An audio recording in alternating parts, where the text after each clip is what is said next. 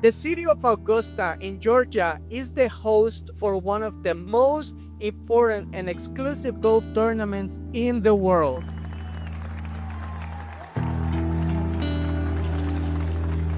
Each year, it brings around $120 million in economic impact for the city. But where the fuck is it?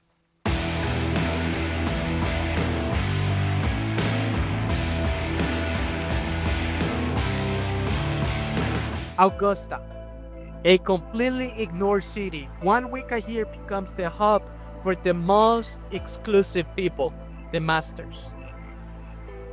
The Masters tournament was established in 1934 by golf legend Bobby Jones and investment banker Clifford Roberts. Now this is something I didn't mention while I was recording the video, but apparently he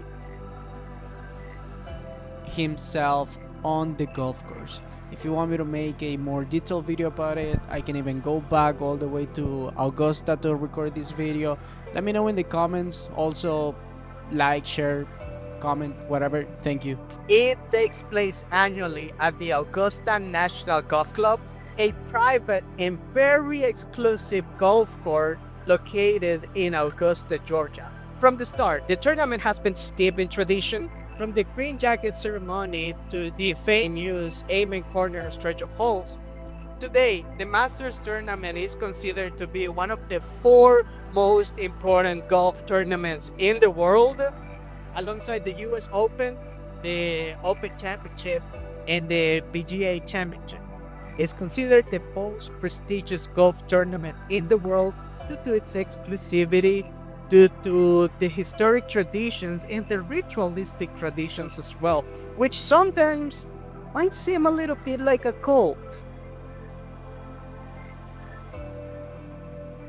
You think the dude in the golf cart is trying to intimidate us?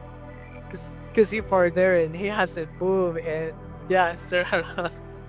Do we look that criminal? Please, anybody in the comments, let us know. Do we look that criminal? I do have to admit, man, it's very impressive the ridiculous amount of cops that you will see around.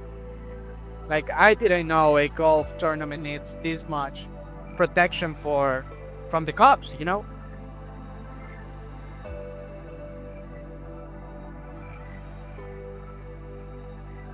Three, four, five, six.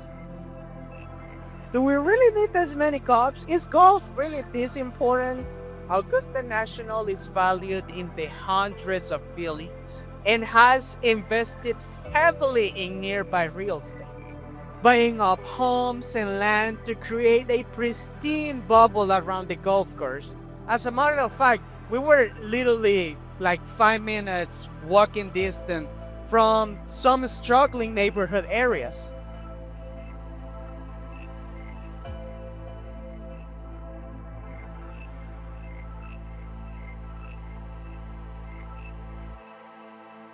Augusta was founded in 1736 by James Oglethorpe and named after Princess Augusta. It began as a trading spot in the Savannah River, but later it became a hub for the cotton boom in the railroad era. During the Civil War era, it was the center for the Confederate munition manufacturing. But after the Civil War, the city struggled to diversify its economy and has since been marked by racial segregation, economic inequality, and disjointed development efforts. Despite hosting one of the wealthiest tournament golfs in the world, much of Augusta still lives in a stark contrast.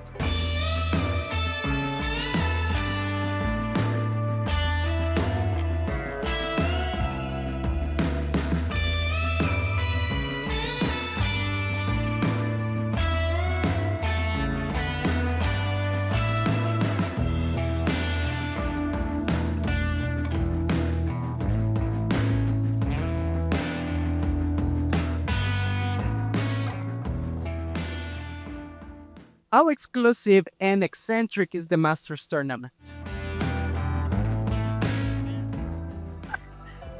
So the Masters tournament is actually the only major golf tournament that it's played at the same golf course every single year.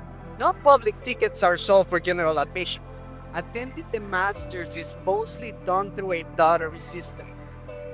It's actually crazy.